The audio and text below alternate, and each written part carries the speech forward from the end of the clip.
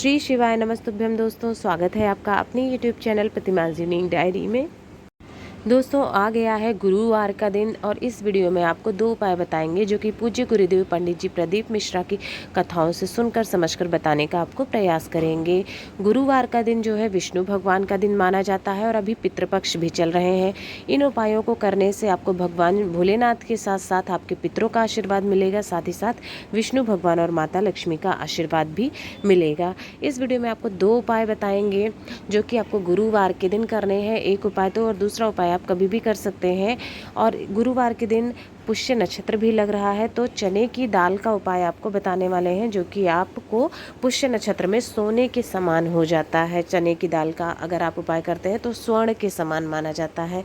ये तो आपको ये उपाय ज़रूर करना है। पितरों की शांति के लिए, धन लक्ष्मी प्राप्ति के लिए ये उपाय करना है। आ जाते हैं अपने सबसे पहले उपाय पर।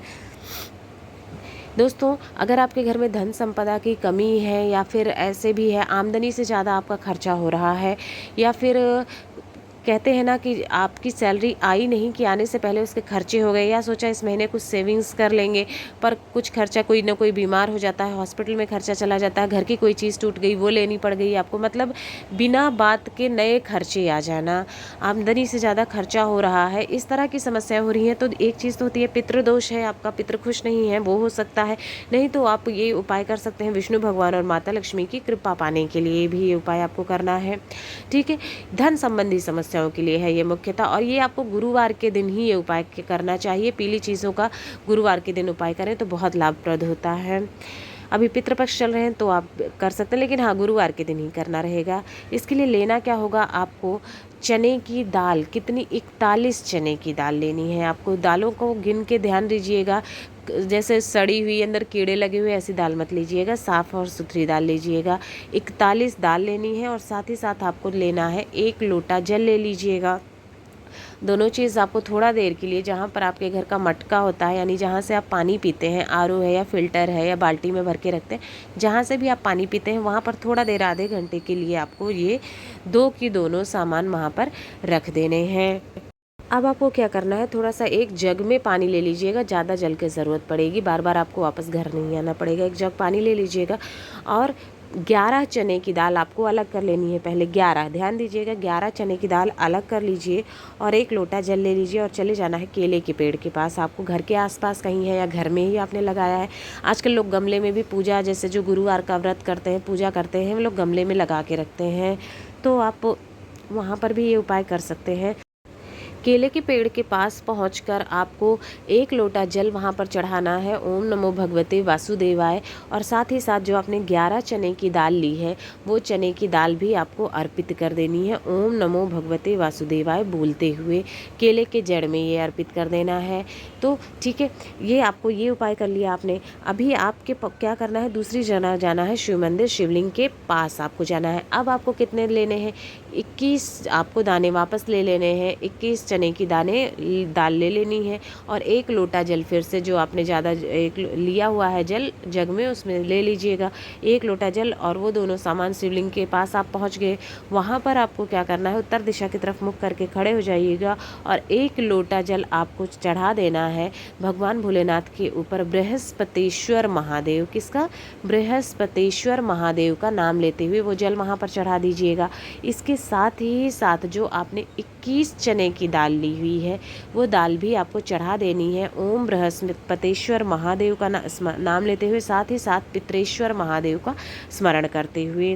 ठीक है, दोनों का नाम लेते हुए आपको वो चने की दाल वहाँ पर चढ़ा देनी है और अपनी जो भी मनोकामना है दोनों जगहों पर वो मनोकामना व्यक्त करनी है। कहना है कि हाँ, पितृ हमारे प्रसन्न हो, साथ ही साथ धन का जो आवागमन है वो हो, माता लक्ष्मी का स्थायी वास बना रहे, कर्ज और जो खर्चे की समस्या है वो दूर हो।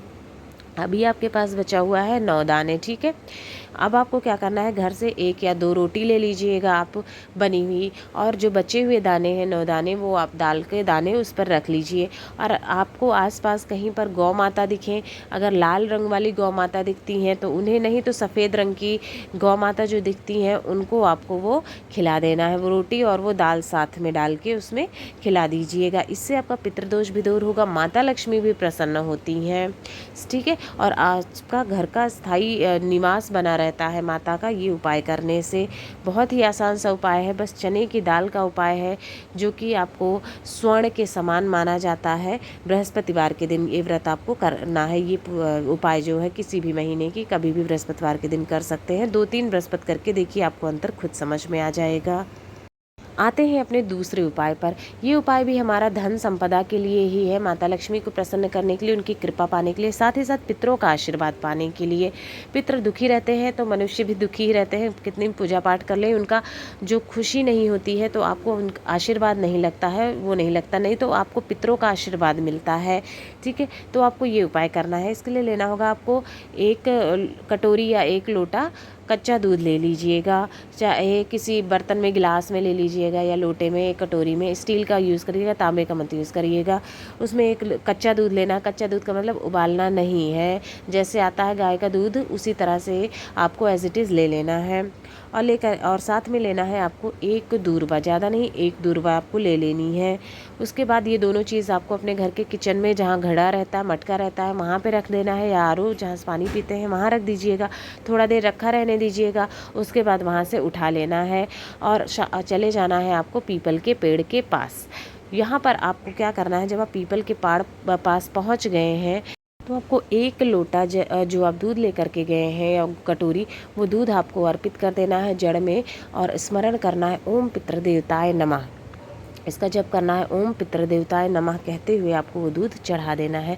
साथ ही साथ जो दूरवा आपने ली है वो दूरवा भी वहीं पर आपको चढ़ा देनी है। उसके बाद आपकी जो भी इच्छा मनोकामना है वहाँ पर आपको व्यक्त कर देनी है। ये उपाय पूरे पितृपक्ष में आप कभी भी कर सकते हैं, किसी भी दिन आपको करना है। पितरों को प्रसन्न करने के लिए होता है, चाहे तो रोज़ ये उपाय कर सकते हैं और चाहे तो जिस भी दिन आपको समय मिले उस दिन ये उपाय कर सकते हैं, सभी दिन।